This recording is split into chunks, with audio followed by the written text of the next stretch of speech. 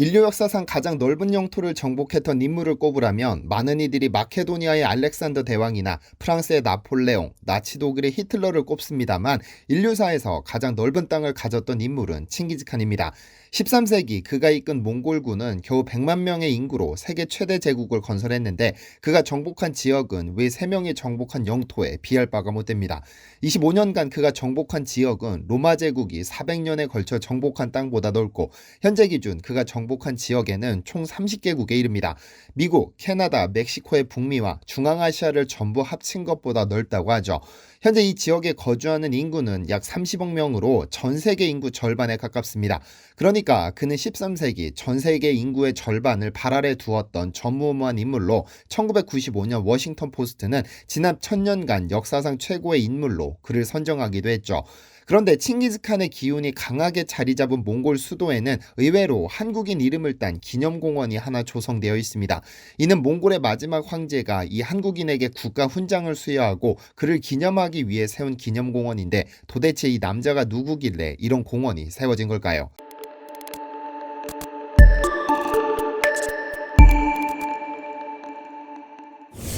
안녕하세요, 디스멘터리입니다. 오늘 소개해드릴 이 인물은 일반인에게 잘 알려지지 않은 인물이지만 몽골에서는 신이라 불리며 몽골인이 가장 존경하는 한국인입니다. 몽골 국민의 80%가 병에 감염되어 몽골이 사라지네 만회하며 깊은 걱정에 빠졌을 때 그들이 유일하게 기대했던 사람이기도 하죠. 바로 이태준 열사입니다. 열사라는 호칭이 붙은 그는 독립운동가입니다. 보통 독립운동 등 항일운동을 하다 순국하신 선열에게는 열사 혹은 의사라는 칭호를 붙입니다. 정확한 구분은 정해져 있지 않지만 국가보훈처는 의사는 무력으로 한 거에 의롭게 죽은 이를 의미하고 열사는 맨몸으로 저항해 자신의 지조를 나타낸 사람이라고 설명하고 있습니다. 그런데 어쩌면 이태준 열사가 일반인에게 잘 알려지지 않은 것은 안중근 의사나 윤봉길 의사처럼 직접 일본에 무력으로 항거하다 사망하지 않았기 때문일지도 모릅니다만 이는 반은 맞고 반은 틀립니다. 왜냐면 그는 1921년 2월 초 공포와 광란의 포갑 정치를 앞세워 몽골을 침범한 러시아 백이파 대장 운게른 스테른베르크 부대에게 처형당했는데 이 처형을 주도한 것이 일본군이었기 때문입니다. 일본군의 입장에서는 일본에 저항하는 건방진 조센징을 러시아군의 손을 빌려 제거한 겁니다. 이러한 내용은 러시아 역사학자인 쿠즈민이 2004년에 쓴 저서 남작 운게른의 문서와 회고록에도 자세히 나타나 있는데 쿠즈민은 러시아 백이파 운게른 스테른베르크 부대가 몽골의 고륜을 점령한 후 이태준 열사를 처형하는 순간을 생생히 기록한 회상록을 수록했습니다. 도대체 이태준 열사가 어떤 인물이기에 이런 비극을 겪은 것일까요? 1883년 11월 21일 경남 함안에서 태어난 그는 어린 시절 함안에서 한학을 배운 후 서울로 올라와 세브란스 의학교에 입학했습니다. 그가 24살 되던 1907년 세브란스 의학교에 입학했고 약 3년 9개월 뒤 1911년 6월 21일에 졸업했죠. 그러나 재학 중 1910년 8월 조선이 국권을 일본에 침탈당한 후 세브란스에 입원한 도산 안창호 선생을 만난 후 그의 인생이 달라집니다. 1909년 10월 안중근 의사가 만주 하얼빈역에서 이토 히로부미를 처단한 직후 안창호를 포함한 서북 인사들이 일본 헌병대에 체포됐다가 약 4개월 뒤 석방됐는데 안창호 선생이 세브란스에 입원하게 되죠. 당시 세브란스에 재학 중이던 이태준은 안창호의 독립운동에 큰 감명을 받아 그의 권유로 청년 학우회에 가담하게 됩니다. 사실 조선의 애국지사들은 일본에게 국권을 상실한 후 중국의 신해혁명에 큰 기대를 걸었습니다. 1911년부터 약 1년에 걸쳐 중국에서는 청나라를 무너뜨리고 중화민국을 성립시킨 민주주의 혁명이 일어났는데 만약 우리가 중국을 도와 혁명운동에 기여한다면 이 혁명 세력들이 후일 한국의 독립운동을 지원할 것이라는 기대를 걸고 중국으로 망명하기 시작했죠. 김규식이나 여운형 등이 이때 중국으로 망명하게 됐고 신해혁명을 이끈 손문은 많은 한국 청년들에게 큰 자극을 주었습니다.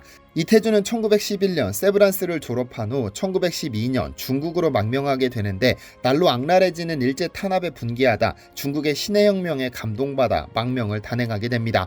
이러한 내용은 그가 1912년 안창호에게 쓴 편지에 자세히 기록하고 있는데요. 한편 중국의 신해혁명으로 청나라가 붕괴하자 몽골은 독립을 선언했는데 중국과 러시아가 반대하는 바람에 완전히 독립을 승인받지 못하고 직접 통치에 불과한 자치 승인에 만족해야 했는데요. 그리고 1914년 이태준이 몽골로 향하게 됩니다. 원래 이태준이 몽골에 가기로 한 계획은 김규식의 권유에 따른 것으로 그들은 원래 몽골에 비밀 군관학교를 세우려고 했습니다. 군관학교에서 독립운동에 투입될 병사를 양성할 계획이었으나 한국에서 약속한 자금이 도착하지 않아 포기하게 되죠. 이미 몽골에 도착한 이상 이곳에서 독립활동을 지원하기로 하고 이태준은 자신의 능력을 살려 고륜의 동의의국이라는 병원을 개업하게 됩니다. 이태준은 같은 뜻을 가진 동지들의 병원이라는 한자풀이에서도 알 수 있듯이 이 병원을 독립운동가들을 지원하는 연락 거점으로 삼았지만 표면적으로는 병원이었기 때문에 환자들을 치료하는 것도 소홀하지 않았습니다. 현재도 그렇고 과거에도 그렇지만 이태준은 몽골인들이 가장 존경하는 의사이면서 하늘이 내린 명의라고 일컬어지는데요. 왜 그럴까요? 1914년 그가 몽골에 동의의국을 설립할 당시 몽골에는 심각한 성병이 유행하고 있었습니다. 코로나 사태를 경험한 우리도 쉽게 알 수 있듯이 질병은 세계사를 여러 번 바꿨습니다. 그중 하나가 바로 매독이라는 무서운 성병입니다. 대항해 시대 선원들을 따라 신대륙으로 전파된 이 질병은 수천만 명을 사망에 이르게 한 무서운 질병으로 인간의 원초적 욕망인 성욕에서 비롯됐기 때문에 근절이 불가능한 질병이었습니다. 이 질병을 치료하기 위해 많은 사람들이 수은을 성기에 바르고 먹기도 했지만 수은은 인간을 죽음에 이르게 하는 무서운 힘을 가졌습니다. 그래서 매독 환자는 매독 때문에도 죽었지만 수은 때문에 죽기도 했습니다. 우리가 아는 빈센트 반 고흐, 베토벤, 니체 등이 이름만 대면 알 수 있는 많은 유명인들이 이 질병의 희생자가 됐습니다. 뇌가 물렁해지고 끈적끈적해진 액체가 코와 입을 통해 흘러나온다고 표현한 프랑스의 작가 모파상의 표현처럼 성기를 통해 침투한 후 온몸으로 퍼져 종국에는 뇌까지 침투해버렸죠. 그런데 이 질병이 몽골에 퍼진 겁니다. 단국대학교 송병구 교수는 청나라 말기 몽골족 마을에 균을 퍼뜨리기까지 했다고 주장했는데 청나라가 몽골족을 멸종시키기 위해 이러한 끔찍한 일을 저질렀다는 주장입니다. 그렇게 몽골인 중 약 80%가 매독에 시달렸고 이때 구세주로 등장한 인물이 바로 이태준입니다. 당시 몽골은 한 집에서 한 명씩 승려를 출가시킬 정도로 라마교의 영향이 컸는데 전체 인구의 20%가 승려였습니다. 다만 라마교는 인간이 질병에 걸렸을 때 적극적인 의술을 펼치는 것이 아니라 기도를 드리고 주문을 외우는 등 미신적인 치료법을 썼는데 이는 전혀 효과가 없었습니다. 이러한 미신적인 치료법에 분개한 이태준은 자신이 배운 근대적 치료법으로 환자를 치료하기 시작했죠. 그가 몽골인들의 매독을 치료했던 것은 살바르산을 사용한 화학요법으로 알려져 있습니다. 이 화학제는 1910년 독일 생화학자 파울 에를리히라는 인물이 개발한 약으로 소위 마술이라고 불릴 만큼 그 효과가 확실했습니다. 다만 다루기가 너무 까다롭고 치명적인 부작용을 일으키기 때문에 쉽게 취급하지 않았지만 이태준은 독일에서 시판된 지 4년밖에 되지 않은 이 약을 아주 익숙하게 다루면서 몽골인들의 질병을 치료했습니다. 그 성과가 얼마나 대단했던지 성대에 침범한 바이러스 때문에 목소리를 잃었던 환자들이 목소리를 되찾았고 수많은 환자들이 완치됐는데 그에게 치료받은 이들은 하나같이 그를 신이 내린 의사 또는 극락세계에서 강림한 열애불이라고 부를 정도였죠. 이러한 덕분에 그는 몽골 왕궁에서도 찾기 시작했고 몽골의 마지막 황제인 보그드칸의 주치의가 됩니다. 뿐만 아니라 신에게서 치료받으려는 수많은 왕족들의 두터운 신임을 받았고 1921년 11월 몽골을 방문한 여운형은 몽골인들의 7, 8할이 감염되었던 화류병의 절멸에 지대한 공헌을 함으로써 고려의사 이태준은 고륜 일대에서 모르는 사람이 없을 정도였다고 회상했습니다. 몽골 황제뿐 아니라 당시 몽골에 주둔 중이던 중국군 사령관 3명 중 1명인 가오시린의 주치의로 활약하기도 했는데요. 이렇게 훌륭한 의술로 몽골을 구해낸 이태준에게 몽골 황제가 해줄 수 있는 것은 국가훈장을 수여하는 일입니다.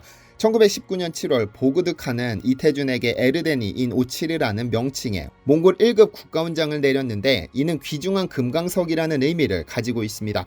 그런데 이렇게 국가훈장까지 받은 이태준은 어이없는 일로 사망에 이릅니다.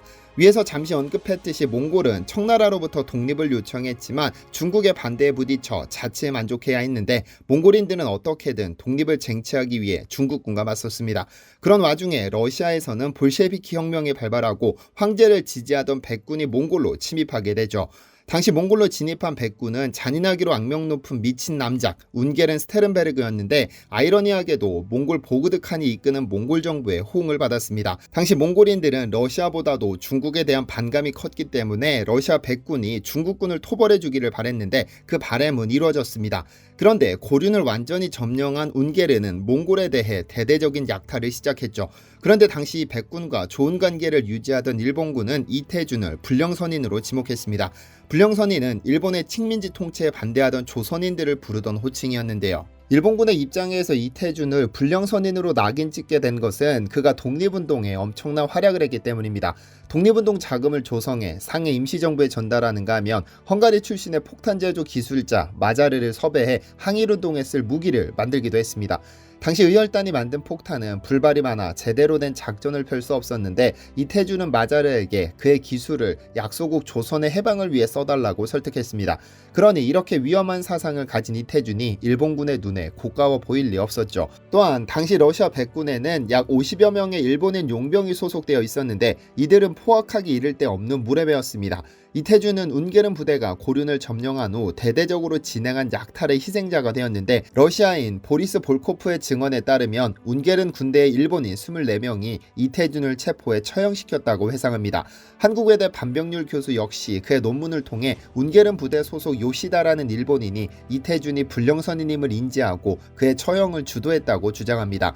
이태준의 나이 불과 38살에 또 하나의 소중한 별이 지고 말았습니다. 그가 사망한 뒤 몽골인들은 몽골을 멸종위기에서 구해준 이태준의 시신을 자신들의 성스러운 산이라고 부르는 보그득 한산 언덕에 묻어주었습니다.